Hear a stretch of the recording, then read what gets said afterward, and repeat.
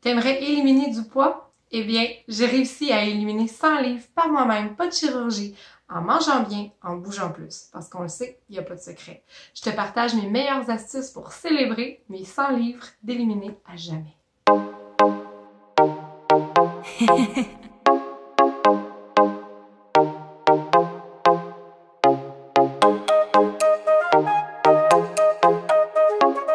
Avant de commencer, j'aimerais te montrer quelques photos de moi avant. Certaines personnes sont étonnées, et oui, je suis pas blonde naturellement, j'étais brune et je pesais 275 livres. À ce jour, je suis rendue maintenant à 175 livres et je envisage d'éliminer encore une quinzaine de livres, je sais pas encore, ça va dépendre de comment je me sens, ça va dépendre de comment je me trouve. Honnêtement, je me trouve quand même pas pire, puis je pense que c'est vraiment là qui est le défi, de se trouver pas pire, parce qu'on se dit, bon, je suis convaincue que je suis pas si pire, mais je pense que c'est important aussi de s'écouter, de viser plus haut, de viser plus loin, et puis d'être vraiment là où on peut être à notre meilleur. Donc voici quelques photos.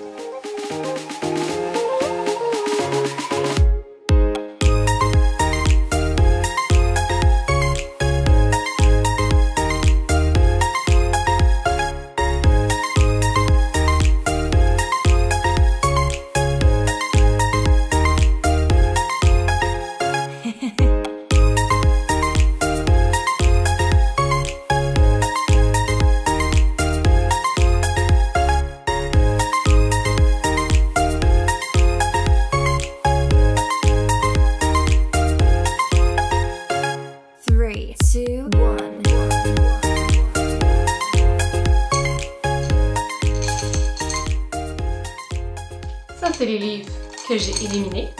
Ça, c'est les livres qui me restent à éliminer.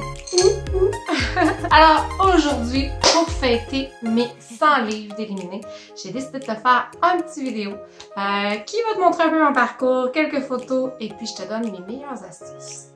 Pour commencer, je suis Anne-Marie, coach de vie. Je suis une maman à la maison. Je suis maman de 3 enfants. Je suis mariée depuis 14 ans et puis je fais l'école à la maison. Depuis les 4 dernières années, je suis en mode perte de poids, mais je te dirais qu'il y a eu vraiment plus que juste une perte de poids qui s'est effectuée. Effectivement, dans les 4 dernières années, ce qui s'est passé officiellement, c'est que ma mentalité a beaucoup changé. Je t'explique. En mars 2014, j'étais en dépression dans un moment assez critique. Ça faisait au-dessus de 7 ans que j'étais en dépression et à un moment donné, j'ai crié à Dieu. Je lui ai demandé de faire quelque chose. Donc en mars 2014, c'est là que Dieu est venu toucher mon cœur, toucher ma vie, chambouler tout ce que j'avais comme idée préconçue à propos de lui. Ensuite de ça, il s'est écoulé plus d'1 an et demi où est-ce que j'ai cherché la face de Dieu, où est-ce que j'ai cherché à comprendre, où est-ce que j'ai posé des questions, où est-ce que j'ai beaucoup dérangé. Par la suite de ça, on arrive en décembre 2015 où est-ce que simplement l'idée m'est venue de simplement demander au Saint-Esprit de m'aider. Et oui, j'ai prié le Saint-Esprit. Il y en a qui prient Dieu, il y en a qui prient Jésus. Moi, j'ai décidé de prier le Saint-Esprit en tant que personne concrète. Parce qu'on sait que le Saint-Esprit est là pour nous diriger et nous guider. Alors, tout simplement, j'ai eu faim, j'ai ouvert la garde-manger, j'ai regardé ce qu'il y avait et puis j'ai dit, bon, Saint-Esprit, j'ai faim, qu'est-ce que je mange? Et puis là, j'ai dit à voix haute, moi j'aurais envie de craquelin et de fromage. Qu'est-ce que t'en penses, Saint-Esprit? Et dans ma tête, il y a une petite voix qui m'est venue, pourquoi tu mangerais pas un yogourt avec une pomme? Hey, c'est une bonne idée, il y a moins de glucides, puis les glucides qui en font partie vont être plus fibreux, donc plus nourrissants pour moi. Fait qu'à partir de ce moment-là, en décembre 2015, j'ai commencé à prier à chaque fois avant de manger. C'était mon première astuce, je pense que vraiment ça a été le meilleur parce qu'il m'a poursuivi jusqu'à aujourd'hui. C'est vraiment lui qui est mon outil principal, qui est le Saint-Esprit de Dieu. Ensuite de ça, de décembre à janvier, j'avais éliminé environ une dizaine de livres à ce moment-là. Par moi-même, je pense que 8-10 livres. Certains vont trouver ça beaucoup en un mois. Quand tu pèses 275 livres, 10 livres, c'est rien. Parce que le moindre changement fait vraiment une grosse différence. Versus aujourd'hui, où le moindre changement, ça prend plusieurs jours et plusieurs semaines avant de voir des effets. Donc, au bout d'un mois, j'ai éliminé 8-10 livres environ et je découvre une personne extraordinaire qui s'appelle André Filon, qui est kinésiologue et qui a décidé de me prendre en main et de s'armer d'énormément de patience pour me guider vers des apprentissages plus concrets au niveau de la perte de poids. C'est quoi un glucide, c'est quoi une protéine, à quoi ça sert, puis comment intégrer tout ça dans mon alimentation. Donc, il a été mon deuxième outil qui est venu par la suite, qui me suivit pendant plus d'1 an, si c'est pas presque 2 ans, qui me suivit avec énormément de patience. Je l'en remercie beaucoup. Donc, c'est lui qui m'a appris les bases. Fait que ça, je te dirais que c'est un outil qui est important de savoir qu'est-ce que tu manges, pourquoi tu le manges, à quoi ça sert, etc. Ensuite de ça, un autre outil qui est venu par la suite, évidemment, manger plus de légumes. Il n'y a pas de secret, c'est pas tant de manger le légume qui va faire en sorte que tu vas éliminer du poids, mais c'est un heureux mélange entre les fibres du légume et de l'eau que tu devrais boire en quantité assez considérable. Comment savoir quelle quantité d'eau boire? C'est simple. Tu prends ton poids en livres, tu le divises par 2. Ça te donne le nombre d'onces que tu dois boire d'eau chaque jour. Ça, c'est le minimum. Si tu es capable d'en boire plus, tant mieux, mais tu ne devrais pas en boire moins que ça. Donc, le mélange de légumes que tu manges avec l'eau, c'est ça qui vient drainer ce qui a besoin d'être éliminé. Alors, manger plus de légumes, oui, mais comment? Honnêtement, la base que je pourrais te donner la plus simple pour commencer, c'est qu'à chacun de tes repas, tu prends ton assiette, tu la divises en 2 et tu remplis la moitié de ton assiette de légumes. Attention, je ne calcule pas les feuilles. Donc, tout ce qui est salade, laitue, épinards, choux, je ne les calcule pas. Donc, si j'ai rempli la moitié de mon assiette de légumes, ça compte pour 0 légumes. Donc, ça prend au moins une moitié de légumes. Donc, on parle de poivrons, de concombres, tomates. Attention aux légumes féculents qui sont plus élevés en glucides, comme le maïs, les haricots, les pois sucrés, la courge butternut.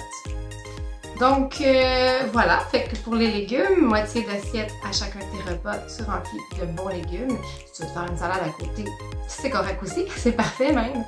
Plus que tu as de légumes, mieux que c'est. Et beaucoup d'eau, comme j'ai dit tantôt, la moitié de ton poids en onces. Tu peux aller chercher sur Google, ça va être tes meilleurs amis, Google, YouTube, c'est tes meilleurs amis pour justement trouver des astuces et Pinterest aussi avec pour des idées de repas, collation, santé. Alors, voilà pour les légumes. La première année que j'ai éliminé du poids, c'était une 60aine de livres que j'ai éliminé. Quel exercice que j'ai fait à ce moment-là?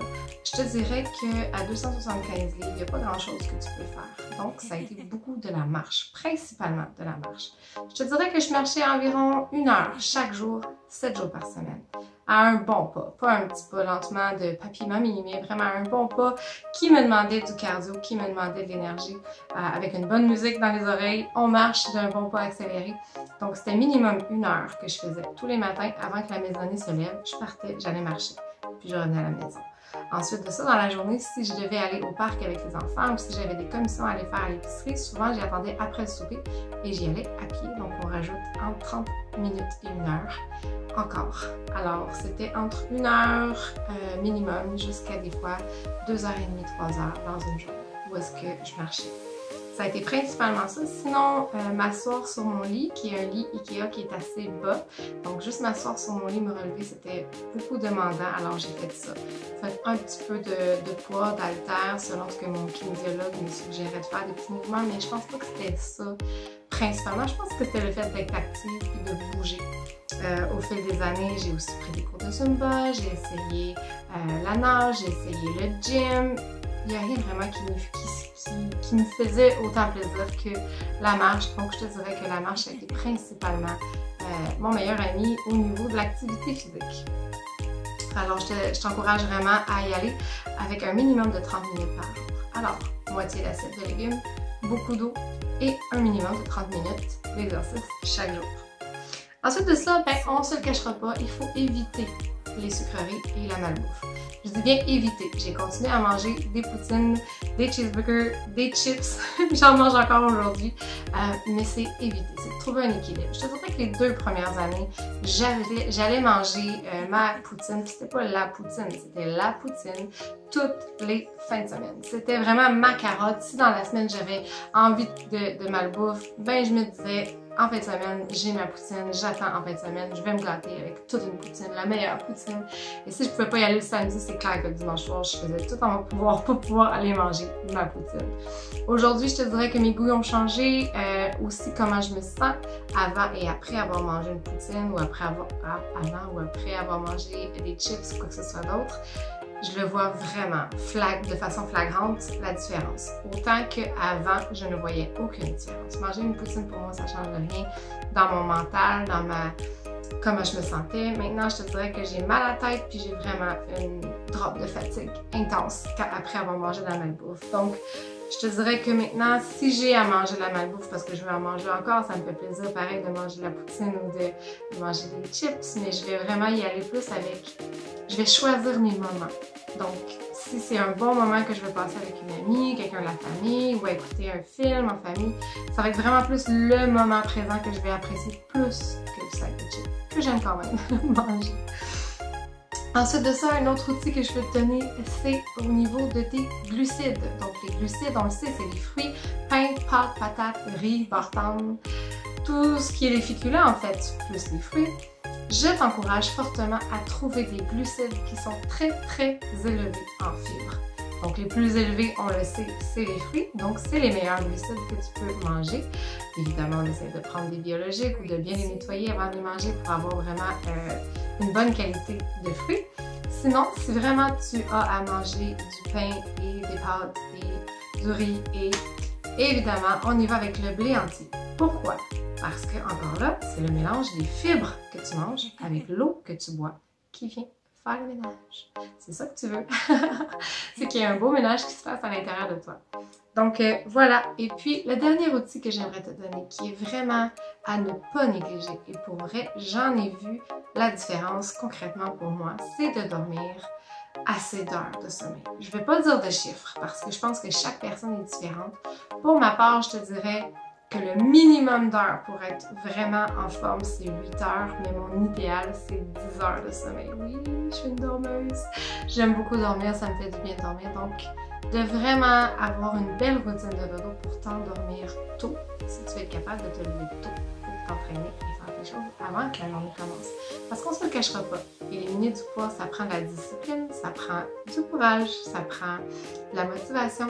Et tous ces ingrédients-là, ils sont pas là de façon naturelle. Les gens, ils pensent que je suis motivée.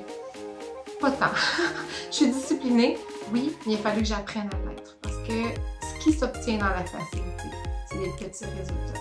Et si tu veux des grandes choses, ça va prendre de la discipline, puis ça va prendre du courage. Il va falloir vraiment que tu saches pourquoi tu fais ce que tu fais. Donc, si ton pourquoi n'est pas assez fort, tu risques de ne pas maintenir dans le temps, tu risques de ne pas persévérer à long terme. Donc, je t'encourage à trouver pourquoi tu veux le faire et que ce pourquoi-là soit assez fort. Personnellement, mon pourquoi à moi, c'est vraiment au niveau plus spirituel que physique, ça l'a toujours été. C'était avec cette conception-là ou cette réalisation-là, je vais vraiment plutôt dire cette révélation-là, que mon corps est le temple du Saint-Esprit. Et puis à un moment donné, j'ai simplement eu la révélation que à quel point le temple de Dieu était précieux dans l'Ancien Testament, à quel point toutes les choses qu'il faisait pour le construire étaient méticuleux, étaient soignées, étaient dans la perfection. Alors, je pense que je dois un minimum au temple du Saint-Esprit qui est mon corps, d'en prendre soin, de donner le meilleur dans mes capacités, dans ce que je suis capable d'offrir dans le moment présent. Donc, c'est vraiment au niveau d'obéissance envers Dieu, de reconnaissance envers Dieu. Principalement, ça, c'est mon pourquoi à moi. À toi de trouver le tien. Donc, sur ce, je te laisse encore avec quelques photos. N'hésite pas à m'écrire si tu as des questions. N'hésite pas à me poser toutes tes questions, m'écrire des commentaires. Ça me fait toujours plaisir. Je réponds toujours à tous mes messages. Donc, voilà, je te laisse là-dessus. Je t'envoie plein de bisous. Et je te dis sûrement à très bientôt. Bye!